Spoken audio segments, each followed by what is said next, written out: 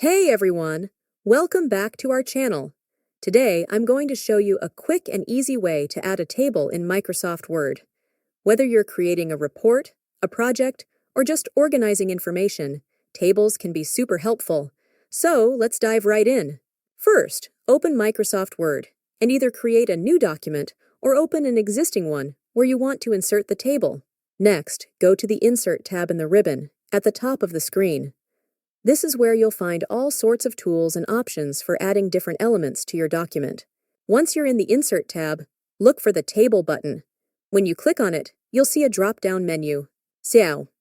In the drop-down menu, you can see a grid where you can select the number of rows and columns you want for your table. Just move your mouse over the grid to highlight the number of rows and columns, and click to insert the table. Now that you have your table, you can start entering your data. Simply click on any cell and start typing. You can customize your table to fit your needs. To do this, click on the Table Design and Layout tabs that appear when you have your table selected. Here, you can change the table style, add shading, adjust borders, and much more. And there you have it, a quick and simple way to add a table in Microsoft Word. If you found this video helpful, please give it a thumbs up and subscribe to Tech Tip Nest for more easy tutorials.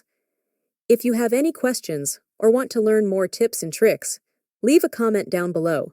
Thanks for watching, and I'll see you in the next video.